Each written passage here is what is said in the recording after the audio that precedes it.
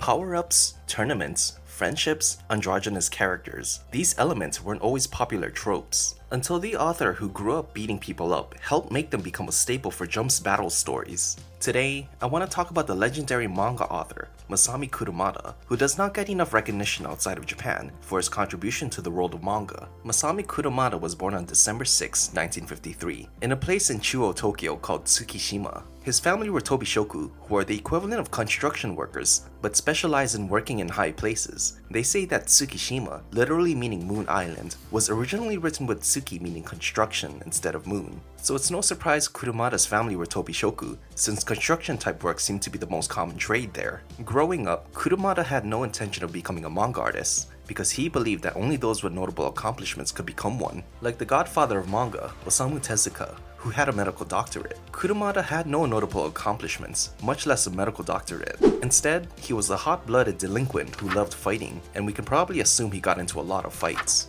But little did he know that, in the 1950s, many future notable manga artists of different backgrounds were moving to Tokyo to begin their career. They had to overcome one problem though: the magazine they intended to work for, Manga Shonen, the same magazine that employed Tezuka, ceased publication. You see, shonen manga aimed at the male demographic, was booming in popularity, and many publishers wanted to start their own line of shonen magazines, so the field was competitive and oversaturated. Luckily, magazines aimed at the shoujo or female demographic resurfaced after World War II and began featuring story-driven manga, and so many of the artists in Tokyo, including Tezuka, illustrated manga for shoujo magazines for employment. Both shonen and shoujo manga would influence Kurumada later in life. In 1968, when Kurumada was a teenager, a new underdog shonen manga magazine named Shonen Jump debuted, and in one of their first serializations, a series titled Otoko Ippiki Gaki Daisho also made its debut. The series is about a delinquent named Mankichi Togawa, whose chivalrous nature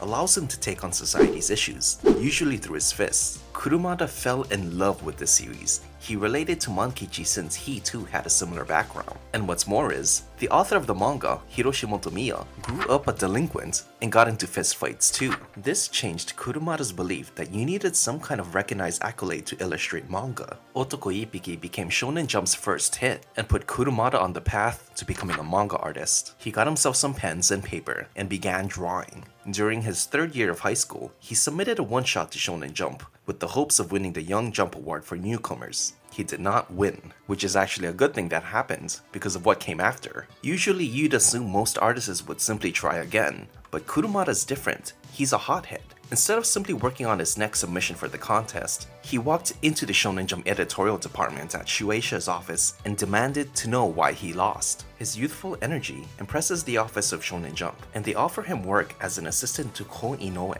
the author of Samurai Giants, written by the legendary Iki Kajiwara, the writer of big-name manga titles like Star of the Giants and Ashito no Joe, stories that Kurumada grew up reading. And this is how Kurumada got his foot in the door at Shonen Jump. After learning the ins and outs of manga creation with Inoue, he debuted Skeban Arashi in 1974, the story of Rei Kojinyama, a high school girl who tries to become a proper young lady following the death of her mother, but always winds up reverting back to her delinquent nature due to the circumstances she encounters. While there were only 20 chapters that were released before its cancellation, you can see a lot of notable elements that are unique to Kurumada take shape, especially in the ink spatters in the action scenes and the way the characters take hits. People don't simply get hit in Kurumada's stories, they dramatically get knocked away, focusing on the impact of the hit rather than the action of hitting. After Skeban Arashi's cancellation, Kurumada worked on a one-shot that was released in 1976. It starred, once again, another tomboy delinquent similar to Rei Kojinyama, who also used nunchucks.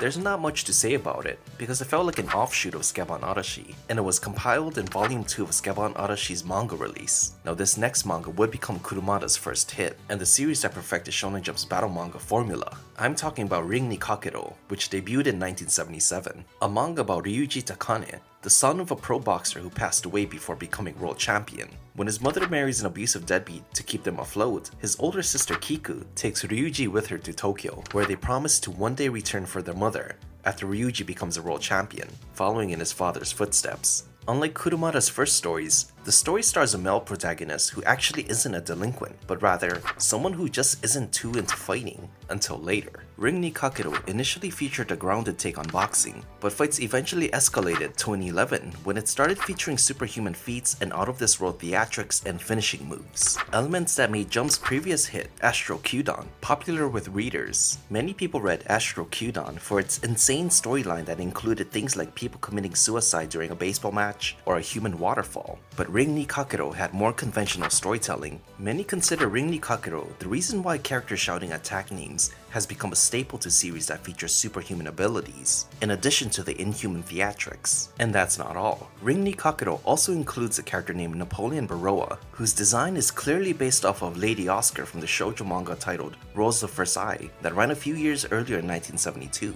Napoleon Baroa is the first in line of beautiful male characters Kurumada would include in his works moving forward. When Ring ni Kakero ended, its final chapter received a special treatment by Shonen Jump by including the final chapter as the lead story featured in the magazine, and its first pages featured a color spread. In addition to that, the rest of the chapter was in color to a certain extent as well. The very first time Shonen Jump has ever given any special thought to one of its series leaving the magazine. Ring ni Kakero is Jump's first mega hit. It helped the magazine reach a milestone of 3 million readers. It changed the way Jump did action manga and steered the trend from doing sports stories, a genre that was all the rage in that era, to straight up martial arts stories. From the popularity of Ring ni Kakero, series such as Fist of the North Star and Dragon Ball were born. Jump entered its golden era. Editors now knew what readers wanted to see, and they would push authors to do the same. While Shonen Jump was busy capitalizing on their newly found trend, Kurumada wanted to focus on his own things for a while. He did some comedy one-shots here and there, some starring his usual delinquent protagonists, and one that is a parody of Ring ni Kakero, while trying to think of something to serialize. He did eventually get serialized again with Fuma no Kojiro, the story about Kojiro, a young member of the Fuma clan of ninja that had existed since the Warring States period. The story evolved into something that it originally wasn't, from a typical sports story with ninjas to simply being about ninjas that battle. The series was popular, but ended after about 96 issues, not because it didn't meet Jump's expectations, but because Kurumada's father passed away during serialization. Kurumada no longer had the drive to continue the series, and he even quit smoking. During Fuma no Kojiro's run, Kurumada managed to find time to draw another one-shot that appeared in Fresh Jump, a magazine that featured mostly one-shot content. The series was titled Raimei no Zaji and debuted in Fresh Jump in 1983. The story about a man named Zaji, whose background is mysterious, even to himself. This story was originally a one-shot, but then Kurumada released a second chapter a year later, and then another chapter 4 years later. It becomes one of Kurumada's stories that is ongoing, but with periodic updates. The latest chapter was released in 2014. Anyway, in 1984, Kurumada felt recharged and debuted what he expected to be his magnum opus, Otokozaka, the story about Jinki Kikukawa, a teenager who was undefeated in fights his entire life until he encountered Sho Takeshima, the man who gave him his first loss. Otokozaka is a homage to Hiroshi Motomiya's debut manga, Otoko Ippiki Gaki Daisho, the series that set Kurumada on a path to becoming a manga artist. You would think that it would have been successful, but it wasn't. The story was decades late in its debut, and wasn't the kind of stories you'd find in Shonen Jump anymore. The kinds of stories Shonen Jump readers wanted to read in the 70s and 80s were action-filled stories full of spectacle and theatrics. And ironically, these were storytelling elements that Kurumada himself helped to bring to life with Ring ni Kakero. Otokozaka was pushed to the back of Shonen Jump magazine, where stories go to die after about 26 chapters, and it was cancelled by chapter 30, sort of. Kurumada was really looking forward to authoring this series, the story that took him almost a decade to realize since its debut. In the final splash page of Otokozaka, instead of writing the word end, he wrote the word incomplete, something unheard of in the era where stories would come and go. Shonen Jump only allowed this because of all he's done for the magazine. Kurumada was angry at the readers, and he knew how to get back at them. After a year of charging his key, Kurumada was ready to unleash his magnum opus, his real magnum opus. He created a series with the intention of being popular with the audience, finally giving in to the formula he helped master. And this series is called